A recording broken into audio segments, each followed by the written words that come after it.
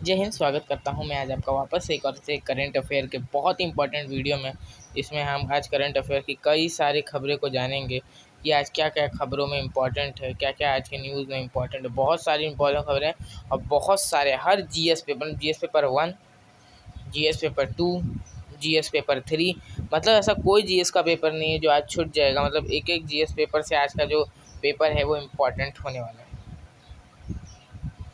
आज आपके लिए पीपीटी एकदम बेहतरीन बना के लाया हूँ। पहली न्यूज़ है रशिया और यूक्रेन को लेकर, ये क्या मामला है ये भी हम देखेंगे। दूसरी है ये इंडिया रशिया के रिलेशंस को लेकर। देखिए यहाँ पे आपको क्या ये न्यूज़ क्या है, फिर दूसरा कौन से सब्जेक्ट के रिलेटेड है और तीसरा कौन से पेपर में पूछा जाएगा, ये सब मैंने दे रखा है। Raise of marriage age, election in new senate India, BCCI captaincy, democracy summit, secularism Punjab और इलेक्शन, और ये सब दे के रखा है मैंने। आप लोग ध्यान से इसको देख लेना।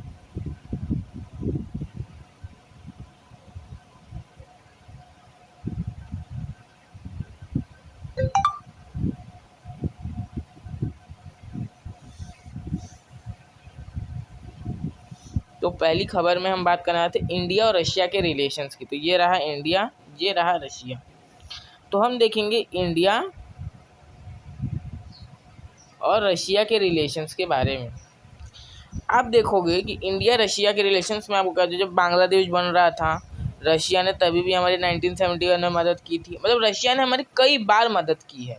अभी क्या न्यूज़ है, अभी जो आए थे 2+2 मिनिस्ट्रियल डायलॉग पे आए थे वहाँ के फॉरेन मिनिस्टर और डिफेंस मिनिस्टर, ठीक है। और साथ में साथ हमसे वहाँ के जो प्रेसिडेंट है पुतिन साहब भी आए थे हमारे प्राइम मिनिस्टर से मिलने, मोदी जी से। तो क्या क्या डील्स हुई, क्या क्या इम्पोर्टेंट हमारे लिए, वो सब हम देखेंगे।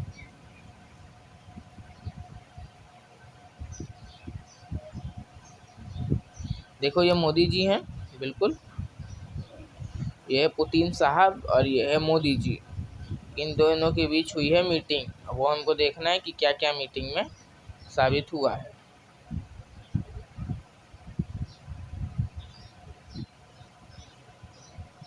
तो करीब देखो क्या क्या डील हुई हैं, हम लोग ये देखेंगे कि सबसे पहले डील क्या क्या हुई है। तो पहला India and Russia leads to the variety sector of including railway, fertiliser and space. चलिए मैं आपको एक चीज़ बताता हूँ।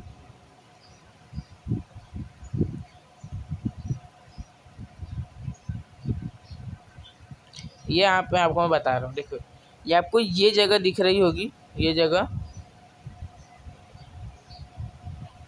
इस जगह से इस जगह तक, सॉरी देखो अब ध्यान से देखना, ये जगह है यहाँ से लेके साइबेरिया तक बिल्कुल एक रेलवे मार्ग बनने वाला है इंडिया के द्वारा। तो देखो ये यहाँ से जाएगा, इन देशों से गुजरता हुआ जाएगा रशिया तक, ठीक है। ये रेलवे का डेवलपमेंट्स हुए हैं और अदर कैटॉग से देखो।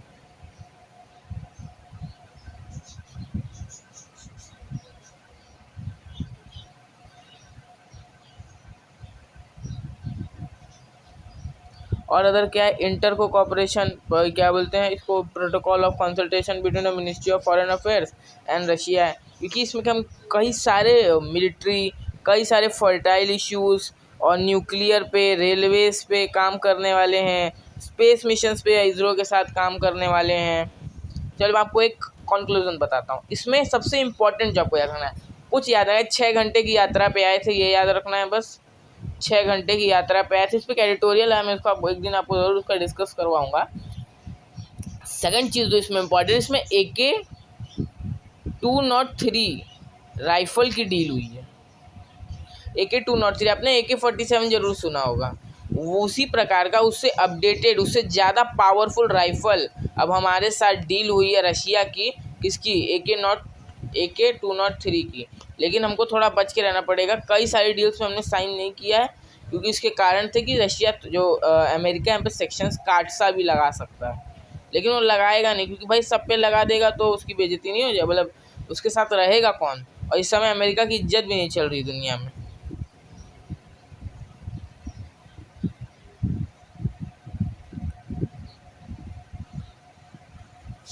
अब एक बहुत ही इम्पोर्टेंट विवाद मैं आपको बताने वाला हूँ, वो है रशिया का और यूक्रेन का विवाद। बहुत ज़रूरी विवाद है, इसको चलिए समझते हैं एक ब्लैंक पेज पे।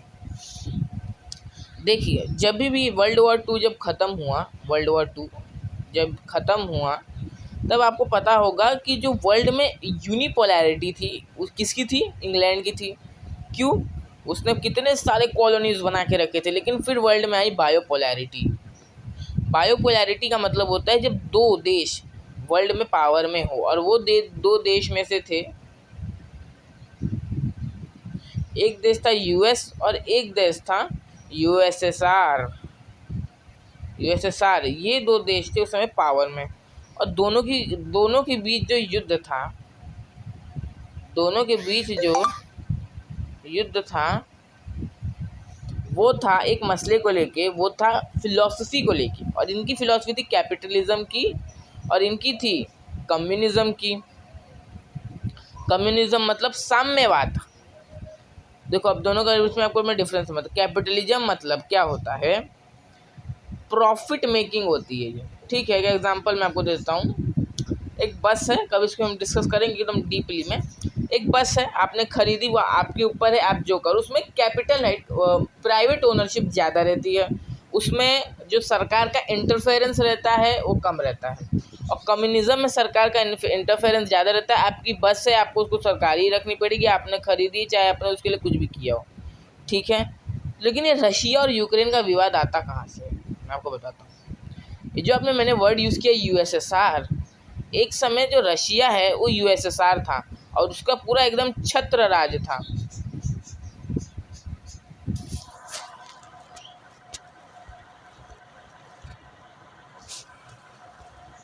देखिए वर्ल्ड मैप कहाँ है।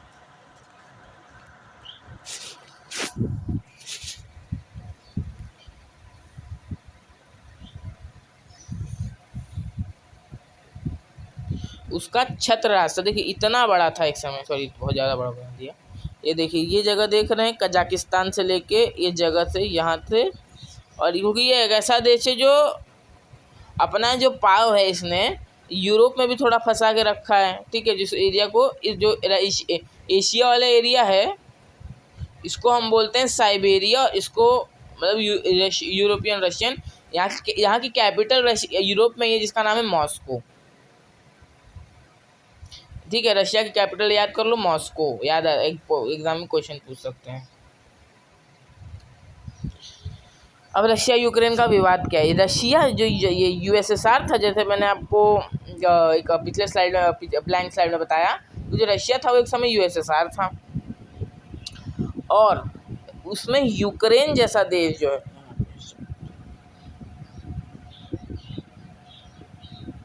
यहाँ पे आपको जो येलो कलर का दिख रहा है, यहाँ पे वो जूम करके मैप यहाँ दिखाया गया है। ये यूक्रेन करके आपको जो देश दिख रहा है, तो जो यूक्रेन नाम का जहाँ पे जो आपको कंट्री दिख रहा है, ये भी रशिया यूएसएसआर के अंदर ही एक समय आता था। और एक जगह थी जिसका नाम था क्रीमिया। अब आप समझिएगा, इस बात को आप ज़रूर समझिएगा। लेकिन उसके पहले मैं आपको एक चीज़ बता देता हूँ।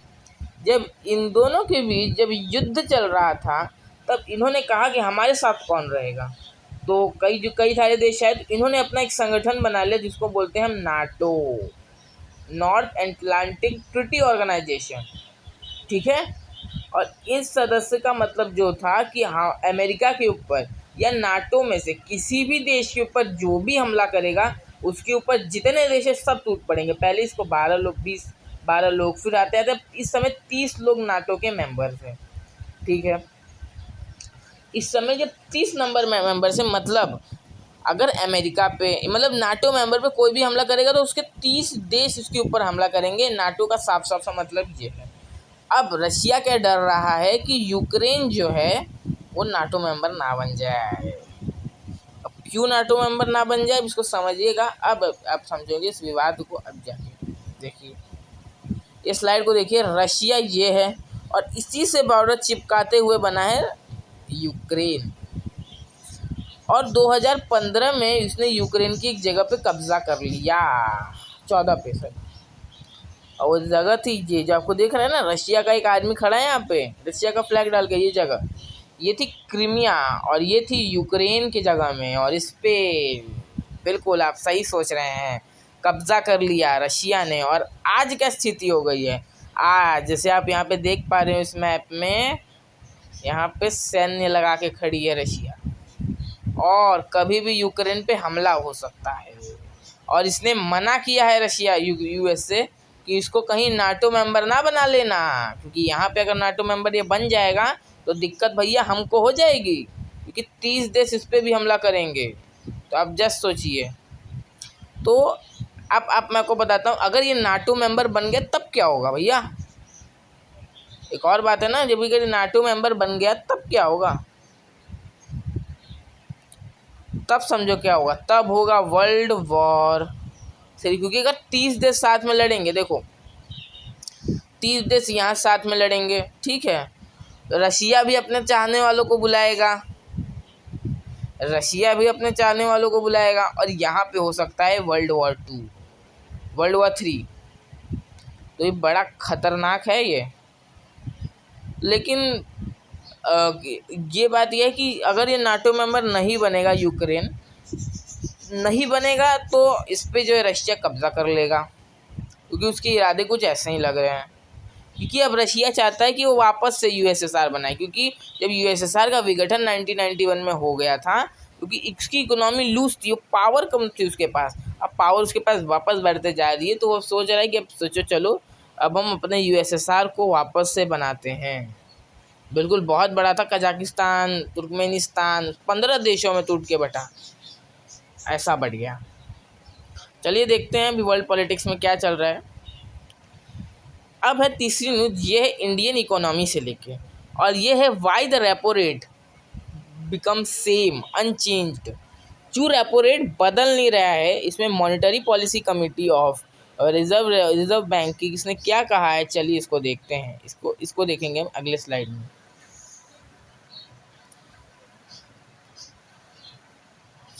ठीक है, ये मॉनेटरी न्यूज़ के बारे में खबर आई है, तो मॉनेटरी न्यूज़ को हम मॉनेटरी पॉलिसी को समझ लेते हैं कि ये मॉनेटरी पॉलिसी होती क्या है। तो दो प्रकार की पॉलिसी होती हैं, एक होती है मॉनेटरी, एक होती है फिजिकल। फिजिकल मतलब बजट, सब्सिडी, ये सब। और ये मॉनेटरी पॉलिसी मतलब जैसे आप यहाँ पे देख पा रहे हैं, cash reserve ratio, solidity liquid ratio, bank rate, repo rate, reserve rank, open market operation, marginal standing funding, ये सब मार्जिनल स्टैंडिंग फंडिंग। अब एक एक शब्द समझो आप। सबसे पहले इसमें समझने लायक है रेपो रेट। अब इस रेपो रेट का मतलब होता क्या है, देखिए एक बैंक है, बैंक भी तो आपसे लोन लेता है, आप बैंक से लोन लेते हो, तो बैंक जहाँ से लोन लेता है वो है आरबीआई, बैंकों का बैंक है आरबीआई, और आरबीआई भी तो उनसे इंटरेस्ट लेता ही होगा। तो आरबीआई जो इंटरेस्ट लेता है बैंक से, उस इंटरेस्ट को हम बोलते हैं रेपो रेट। तो इस समय का जो रेपो रेट है वो 4% है। आप कहोगे हमको रेपो रेट से क्या लेना देना है, जरा समझो। आप बैंक से लोन लोगे, ठीक है, अगर बैंक को लोन 4% में मिला है, तो आपको बैंक 3% में लोन देगा? हाँ, कोई बेवकूफ़ ही होगा जो 3% में लोन देगा आपको। अगर उसको 4% पे लोन मिला है तो क्या करेगा, जब सोचो 8% पे आपको चढ़ाएगा, 10% पे आपको चढ़ाएगा। लेकिन जब सोचो, ये तो थोड़ा लोन आप मान सकते हो सस्ता है। अब सोचो अगर 50% रेपो रेट हुआ तो। अब इस सब टर्म को भी समझो, महंगाई बढ़ती कब है और महंगाई घटती कब है, रेपो रेट के माध्यम से समझो। अगर रेपो रेट कम है, यानी कि 4% है, 3% है, तो क्या होगा जानते हो, महंगाई बढ़ेगी। कैसे बढ़ेगी? अगर 3% पे बैंक को लोन मिल रहा है, तो बैंक भी 6% पे लोन देगी, और 6% पे फिर लोग ज़्यादा लेंगे, तो लोग लोन ज़्यादा लेंगे तो शॉपिंग ज़्यादा करेंगे तो डिमांड बढ़ेगी, डिमांड ज़्यादा बढ़ेगी तो इन्फ्लेशन बढ़ेगी, डिमांड बढ़ेगी तो इन्फ्लेशन बढ़ेगा। और जब सोचो 50% कर दिया तो 60% तो टैक्स, 60% लोन इंटरेस्ट ही लगेगा। जा रे बाबा, हम नहीं लेंगे रे लोन। कौन लोन लेगा भाई? आप 100 रुपये किसी को दे रहे हो, बोल रहे हो जब देना तो 160 देना। अरे 760 रुपये में भी बहुत इंपॉर्टेंट जिसको कभी कुछ रहेगा वही लेगा, और ना लोन तो लोग ऐसे ही ले लेते हैं आजकल, कि लोन जो सस्ता है, और लोन की वजह से ही जो होती है इन्फ्लेशन बढ़ता है, इन्फ्लेशन। और इन्फ्लेशन बढ़ने का कारण ही रेपो रेट है भाई। लेकिन इसके कुछ कारण है, इसको सरकार जो है, इसी को हम बोलते हैं महंगाई। अब महंगाई इसमें होती है एक 2% वाली महंगाई, एक होती है 6% मतलब इससे ज़्यादा, इससे कम महंगाई नहीं हो सकती, इससे ज़्यादा महंगाई नहीं हो सकती, ये भी आपको समझ लेना है। अब ये रेपो रेट तो आप समझ गए, जिस रेट पे बैंक को लोन मिलता है। अब दूसरा रिवर्स रेपो रेट। अब देखो कभी कभी बैंकों के पास पैसा बहुत ज़्यादा हो जाता है, कभी कभी ऐसा सिचुएशन भी आता है कि बैंक के पास पैसा बहुत ज़्यादा हो जाता है, जैसे संडे और सैटरडे की बात है, क्योंकि उस समय लोग ज़्यादा करके विड्रॉल करने आते नहीं हैं। तो 1 से 2 दिन के लिए वो क्या करता है, चढ़ा देता है आरबीआई को कि आरबीआई तुम ले लो, हमको इंटरेस्ट भी देना। तो आरबीआई बोलता है भाई हम इंटरेस्ट देंगे तुमको, हमको ज़रूरत है पैसे की, चलो फिर भी हम तुमको इंटरेस्ट दे देते हैं, तुम्हारे पास ज़्यादा पैसा हो रहा है। तो क्या होगा समझो, 4% पे आरबीआई लोन देता है, तो 4% पे खुद भी लेगा नहीं। कभी भी जो रिवर्स रेपो रेट होता है वो रेपो रेट का -3.5% रहता है, ठीक है। और मतलब रिवर्स रेपो रेट क्या है, जिस लोन पे बैंक, अब समझ गए ना आप। अब क्या है मार्जिन, अब बैंक रेट को समझो और इस एमएसएफ को यहीं समझ लेते हैं, बैंक रेट और एमएसएफ को। आपने एक रेपो रेट देख लिया, ठीक है। अब एमएसएफ समझो, मान लो इमरजेंसी, जो रेपो रेट होता है 12 से 14 दिन के लिए बैंक जो है वो लोन लेती है, ठीक है। लेकिन जो इमरजेंसी लोन है, 1 से 2 दिन के लिए एकदम इमरजेंसी लोन चाहिए, तो उसके लिए एक होता है मार्जिनल स्टैंडिंग फंड, एमएसएफ। ये हमेशा रेपो रेट से 0.65% ज़्यादा रहता है। क्यों? क्योंकि इमरजेंसी का लोन है इसलिए ज़्यादा रहता है। और बैंक रेट क्या होता है, जो लंबे टाइम के लिए बैंक लोन लेती है, बहुत कम, ऐसा जल्दी होता नहीं है, तो ये भी नॉर्मल जैसा रखना रहता है वो रखा जाता है। अब तीसरा क्या है, अब बाकी आपका कैश रिजर्व रेशियो, ये statutory liquid ratio, solidity liquid ratio इसको बोलते हैं, रॉन्ग लिखा यहाँ पे। अब पहला क्या है, cash reserve ratio, cash reserve ratio. अब जैसा समझो CRR SLR, आपने कई बार सुना होगा CRR SLR काटेंगे आपका, वो बैंक कमल काटता थोड़ी ना बैंक, वो अब समझो आप इसको। CRR मतलब कैश रिजर्व रेशियो। देखो आप 100 रुपये बैंक में जमा कर रहे हैं, जैसे एग्जांपल है जेठालाल ने 100 रुपये बैंक में जमा करवाया, और 100 रुपया बैंक में उसने जमा करवाया तो उसने दिया बैंक को। अब बैंक 100 रुपया तो किसी को लोन जैसे गया फिर भिड़े लोन लेने के लिए, तो क्या जो जेठालाल का 100 रुपया जमा किए थे वो पूरा का 100 रुपया, 100 का 100 रुपया क्या भिड़े को लोन मिल जाएगा 100 रुपये पे? नहीं मिलेगा। क्यों?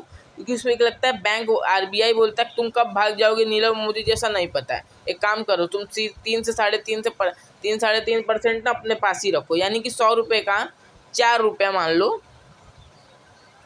जो 4 रुपया है उसको अपने पास ही रखना होगा। और एक होता है SLR में कैश रिजर्व रेशियो, सॉरी जो ये मैं वो क्या बोलते हैं CRR होता है, जो 3 से 4% होता है, ये आरबीआई को देना होता है, ठीक है। मान लो बैंक कभी भाग जाएगी, जब तक इन्वेस्टिगेशन पता नहीं चलेगा तब तक थोड़ा बहुत पैसा बांट के सलटाया जाएगा मामले को, ठीक है। और SLR क्या होता है, बैंक बोलती है अपने पास तुम कुछ पैसा इमरजेंसी के लिए रखोगे, और वो होगा 18% से 19%, यानी कि जेठालाल ने जो 100 रुपया दिया था उसमें से 4 रुपया तो आरबीआई लेके गया, 18 से 20 रुपया बैंक को रखना। तो भिड़े लोन लेने गया तो उसको क्या मिलेगा, 100 रुपया थोड़ी ना मिलेगा, आप ही देख लो कितना मिलेगा, ठीक है। अब कैश रिजर्व रेशियो आप सब समझ गए, एक बार रिवाइज कर लो। रेपो रेट मतलब जिस रेट पे बैंकों को लोन मिलता है, रिवर्स रेपो रेट जिस रेट पे आरबीआई लोन लेता है, CRR मतलब जो इमरजेंसी मनी आरबीआई को देनी रहती है, MSF तो आप समझ गए इमरजेंसी लोन का, और तीसरा SLR जो बैंक को अपने पास रखना रहता है। ये बहुत इंपॉर्टेंट है, आपको हमेशा याद रखना चाहिए सब चीज़ों को।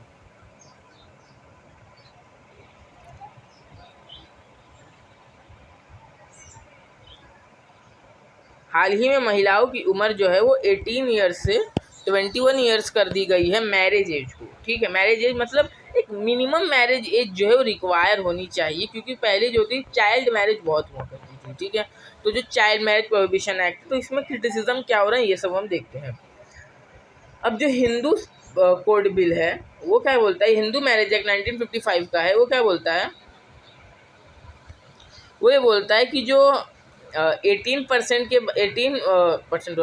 ईयर्स के बाद महिलाओं की शादी हो सकती है, और वयस्क होने के बाद यानी प्यूबर्टी के एज के बाद कौन बोलता है, मुस्लिम पर्सनल लॉ बोलते हैं, ठीक है। ये एक इम्पॉर्टेंट बात याद रखने की, मतलब मिनिमम एज होना चाहिए शादी के लिए, ठीक है। लेकिन अभी क्या नियम रख दिया, 21 ईयर्स होने चाहिए। क्यों, क्योंकि मेल का भी 21 ईयर्स ही है। तो एक वुमेन एम्पावरमेंट मैंने सोसाइटी में डाला था, क्योंकि आपके सोसाइटी में एक सब्जेक्ट है जिसको हम बोलते हैं वुमेन एम्पावरमेंट, वुमेन ऑर्गेनाइजेशंस। तो ये वाले जो इसमें मैंने इंडियन सोसाइटी जीएस पेपर 1 में डाला था रेदर देन इंडियन पॉलिटी में डाला था जीएस पेपर 2 में, ठीक है। अब अगला टॉपिक क्या है इसका समझो। 21 ईयर्स इसका क्रिटिसिज्म क्यों हो रहा है, तो कई सारे फैमिली पहले समझो क्यों लाया गया इसको। कैबिनेट ने एक समिति बैठाई थी, कमेटी, जिसको बोलते जय जलिता कमेटी। और उस कमेटी ने क्या रिकमेंडेशन दिया, क्योंकि 18 ईयर्स पे जब शादी हो जाती थी लोगों की, तो जो उनका जो मैटरनिटी जो बच्चा पैदा करने पे उनके मरने के चांसेस या अनहेल्दी रहने के चांसेस, कुछ बीमारी होने के चांसेस जो रहती थी वो ज़्यादा रहती थी। इसीलिए क्योंकि कैबिनेट ने ये फैसला लिया था कि, और अभी जो अपने NHFS का डेटा भी देखा, नेशनल हेल्थ फैमिली सर्वे का, उस हिसाब से भी ये डेटा कामदायक था, ठीक है। अब इसके क्रिटिसिज्म्स क्या है इसको भी समझ लो। क्रिटिसिज्म में सबसे पहला क्रिटिसिज्म ये है कि आप कई सारे मैरिज को आप इनलीगल कर दोगे। 90% marriage were in the large amount of illegal हो जाएंगे, ठीक है। और अदर क्या इसमें हो जाएगी, आपको इन सब चीज़ों से ज़्यादा वुमेन एजुकेशन पे ज़्यादा ध्यान देना चाहिए।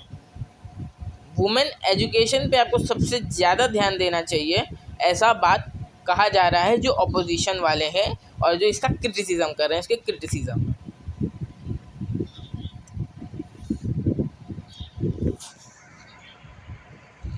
अब ये क्या है, explain what is the 6th schedule and can Ladakh included under 6th schedule. ये नहीं हो सकता, लेकिन फिर भी हम समझते हैं क्या है 6th शेड्यूल क्या है। देखो 6th शेड्यूल क्या, पहले ये समझो, 6ठी अनुसूची बोलते हैं। शेड्यूल क्या होता है मैंने अपने वीडियो में बता दिया है, ठीक है, लेकिन 6th शेड्यूल अब तक नहीं बताया है, वो मैं आपको बताता हूँ।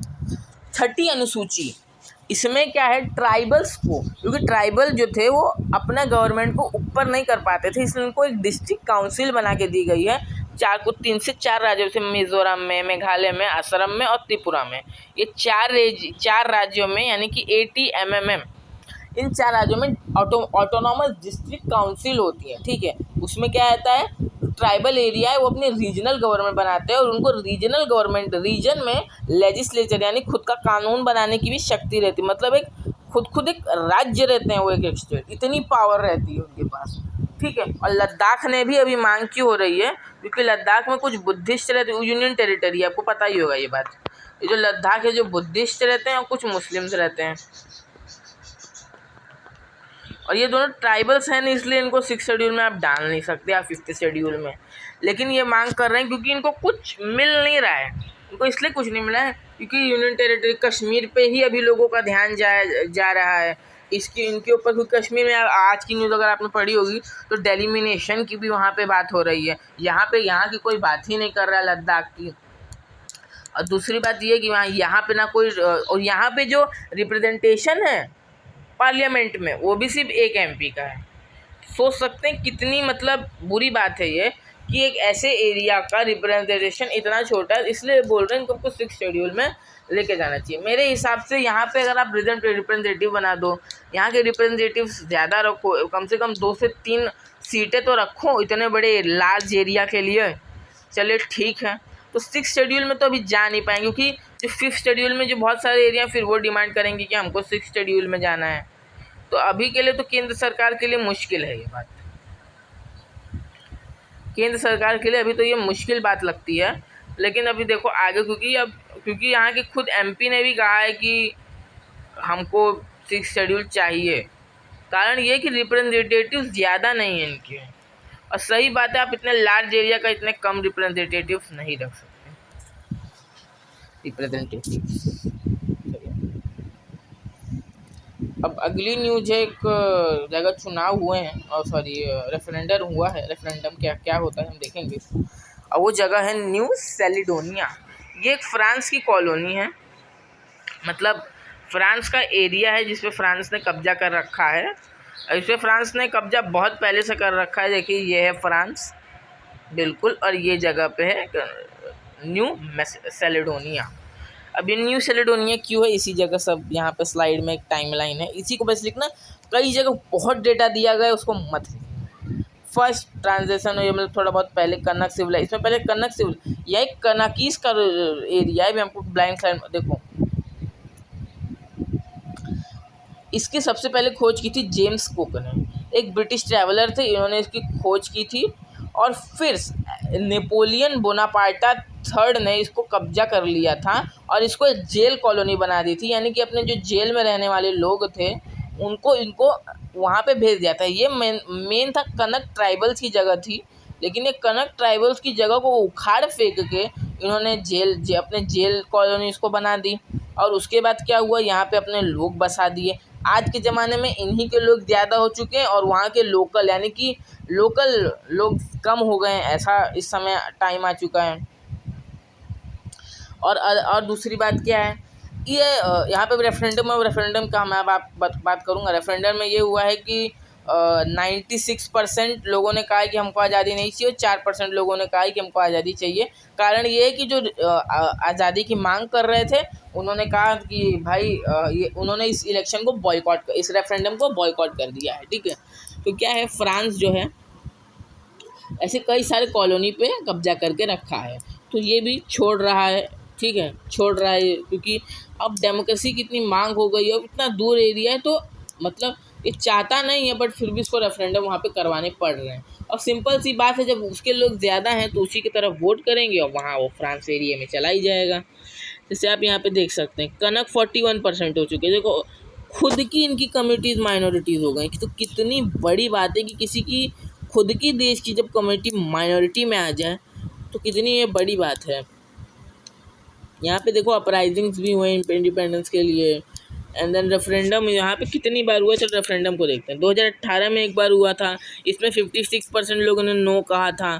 फिर अक्टूबर में हुआ था, यहाँ पे 53% लोग, मतलब क्योंकि उस समय पार्ट लिया था और इस समय ऐसा लग रहा था कि शायद इस बार इंडिपेंडेंस मिल जाए, लेकिन उन्होंने बॉयकॉट कर दिया। इसीलिए एक बहुत बड़ा कारण था कि न्यू मैसेडोनिया आज़ाद नहीं हो पाए। इसके एक और कारण ये था बॉयकॉट इनके करने का पीछे का, ये इलेक्शन को रेफरेंडम को मीनिंगलेस मानते थे। और सेकंड कारण इन्होंने कहा था कि अक्टूबर 2022 में किया जाए, और फ्रांस गवर्नमेंट ने इनका सुना नहीं था। ये भी एक बहुत इम्पोर्टेंट कारण हो सकता है।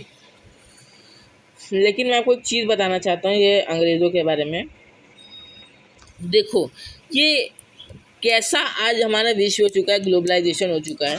जो जहाँ पे शांति से रह रहा है वो उनको भी रहने देना नहीं चाहते। वो इनकी जगह थी भाई, अब उस जगह पे उनको रहने नहीं दे रहे हो। कौन सी मांग कर रहे हैं भाई, वो अपनी जगह पे रहना चाहते हैं। देखो आप सोच सकते हो 1000 ईस्वी से कनक सिविलाइजेशन बना है, तो आप उनकी जगह को आप कैसे हटा सकते हो, ये गलत बात है। आप पूरी दुनिया में डेमोक्रेसी का, ह्यूमन राइट्स का झंडा लेके फिरते हो, लेकिन आपको भी एक IAS होते हुए या तो आपको भी एक स्टूडेंट होते हुए, इंसान होते हुए ये पता होना चाहिए कि कितनी बुरी बात है कि आप किसी भी सिविलाइजेशन को ऐसे उखाड़ फेंक रहे हो या किसी इंसान को शांति से नहीं रहने दे रहे हो, तो आपका सुपर पावर होके कोई भी मतलब नहीं है। सोच सकते हो इतना बड़ा टाइम डिस्टेंस है, आपने वहाँ पे कब्ज़ा किया, मान लो कभी आपने उस पर कब्ज़ा भी किया, और आपने आपको ऐसे इंडिपेंडेंस दे देना चाहिए था। एक्चुअली रेफरेंडम की तो बात ही नहीं है यहाँ पे।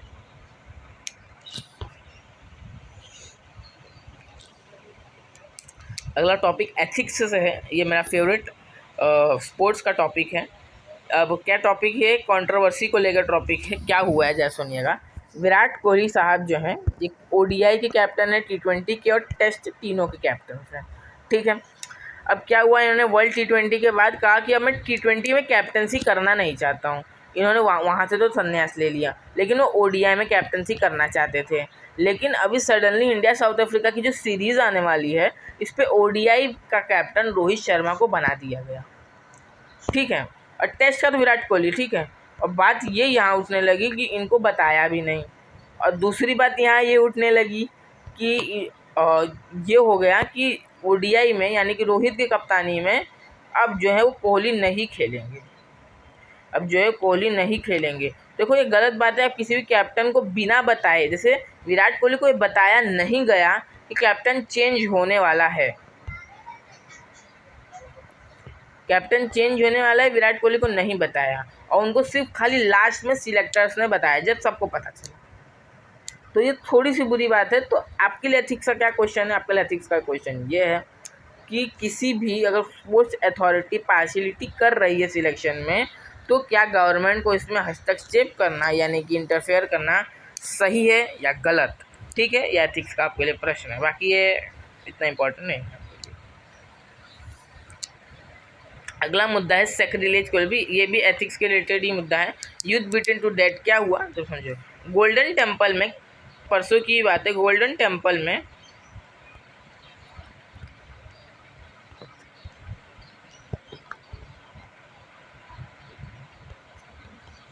एक सिखों के 11वें गुरु जिनको कहा जाता है यानी कि गुरु ग्रंथ साहिब, ये एक लिविंग डॉक्यूमेंट है, इसको सुप्रीम कोर्ट ने एज ए लिविंग डॉक्यूमेंट रखा गया है। और इसके ही ऊपर एक गुरु स्वर्ण मंदिर में एक लड़के ने, एक बच्चे ने यानी कि यूथ ने तलवार उठाया, यानी कि सैक्रिलेज जिसको कहते हैं, यानी कि गुरु ग्रंथ साहिब का अपमान किया और एक लिविंग एंटिटी के सामने उसने तलवार उठाया। इसीलिए इसके ऊपर सेक्शन 307 लगा दिया गया है, यानी कि अटेम्प्ट टू मर्डर लगा दिया गया है।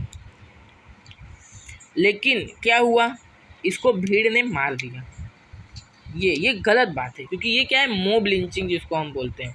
सही है कि उसने गलत किया था, उसके ऊपर धारा लगाना ये भी सही है, पर mob lynching is also the wrong thing. क्योंकि जब हम कानून ले लेंगे हाथ में, तो कानून किस लिए बना है? ठीक है, जब कानून हम अपने हाथ में ले लेंगे तो ये कानून बना किस लिए है? फिर डेमोक्रेसी का मतलब क्या हो जाएगा, कॉन्स्टिट्यूशन का मतलब क्या हो जाएगा, किसी लॉ का मतलब क्या हो जाएगा? हम पाकिस्तान में पढ़ के न्यूज़ हंसते हैं कि वहाँ पे लिंचिंग चलती, वहाँ पे ये होता है, लेकिन हम अपनी न्यूज़ को देख के भी कुछ नहीं करते हैं कि यहाँ लिंचिंग चल रहा है। यहाँ तक कि राजनेताओं ने इलेक्शन के मारे कुछ भी नहीं बोला लिंचिंग के बारे में। उन्होंने कहा कि सिर्फ दोषियों को सज़ा मिलनी चाहिए जिन्होंने ये किया।